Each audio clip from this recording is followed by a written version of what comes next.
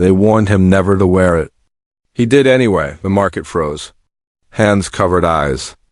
A mother dragged her child behind a cart. Coins stopped ringing. Even the wind seemed to hold its breath as Cade lifted the bone-white mask to his face. It pressed cold to his skin. A voice hissed in his ear, soft as a lullaby and sharp as a knife.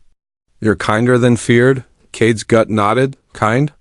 Lies. His name in the alleys was Hound the Warden's fist.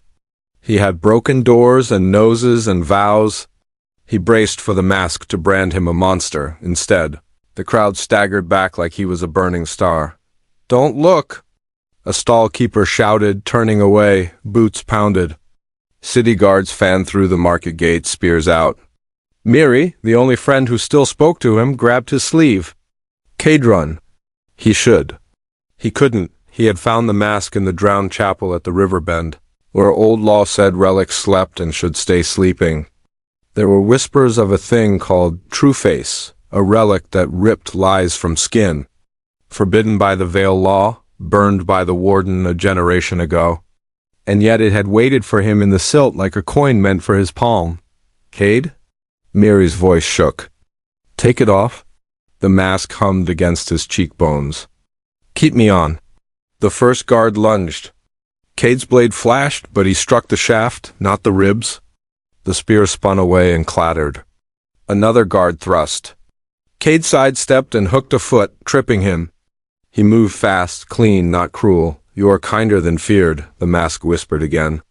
"Please now, stop saying that," he muttered, "then stop proving it." They crashed through hanging silks and spice smoke. A cage of songbirds burst upward like confetti. Cade caught Miri's wrist and pulled her into an alley. Banners snapped above them. The city bells tolled noon. "Why are they averting their eyes?" he asked. His breath fogged the inside of the mask. "Because they don't want to see you," Miri said. "What this thing shows," she cut off. She'd looked at him after he put it on. She had flinched. Not from him. From herself. Cade blinked. He stepped out into the light again, slow. The market was a ring of turned backs and trembling shoulders. He focused on a butcher across the way, a man who watered his meat and laughed when kids went hungry. Cade tilted his chin so the mask faced him. The butcher glanced up by mistake. He recoiled with a strangled noise, hands flying to hide his face. "No," he rasped to no one. "No, I never—" He stumbled into his stall, shaking. Cade's heartbeat shifted. He tested again. He looked toward the robed priest near the fountain, the one who preached mercy and took coin for silence. The priest's eyes met the mask. He gagged. Water splashed. He fell to his knees and shoved his head under the fountain like he could wash the sight from his mind. "Not my face," Cade thought. "There's Dot." The mask purred. "Now you understand me." A story swam up from childhood, told in whispers under blankets while the rain worked the roof. When lies ruled the tower, the kindly Volf would wear the true face. Walls would fall without blades.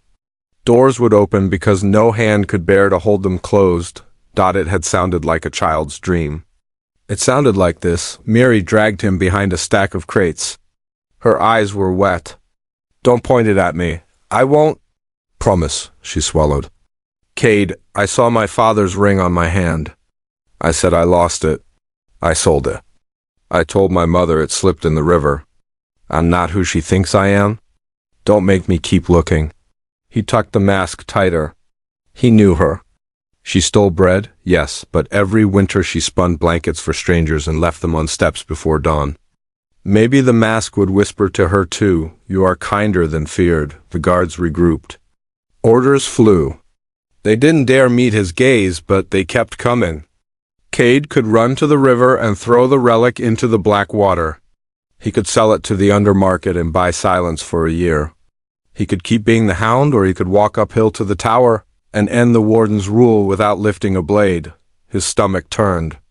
The warden had taken him in when he was a nameless dock rat. Food had a price, loyalty, violence. Cade had paid. "Choose?" The mask breathed. "If you delay, I choose for you." He chose. They climbed the hill in the heat. People felt them coming like a storm. Doors slammed. Windows shuttered. Anyone who accidentally looked flinched from their own reflection and hid at the tower gate. Archers lined the wall, eyes on the ground. The warden stepped out in black mail. His one good eye was steady. He smiled like a Volf tasting snow. My hound returns with a toy. It's not a toy, Cade said. It's a mirror for cowards.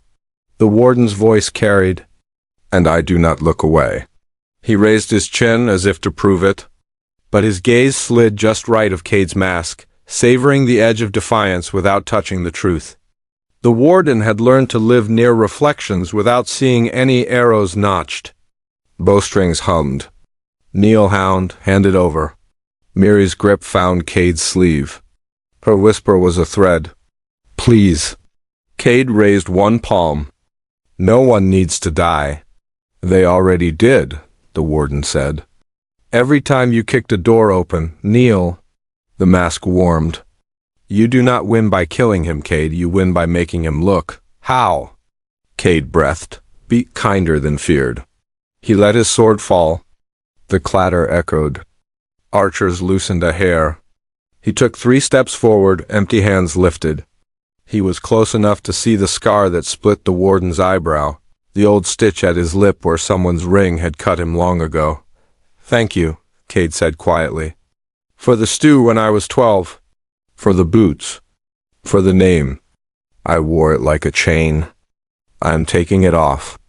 The warden hissed. Don't you dare thank me? And then Cade did something no one expected. He turned the mask away from the warden and toward himself, tilting it just enough to catch the polished steel of the warden's sword. The blade became a pain.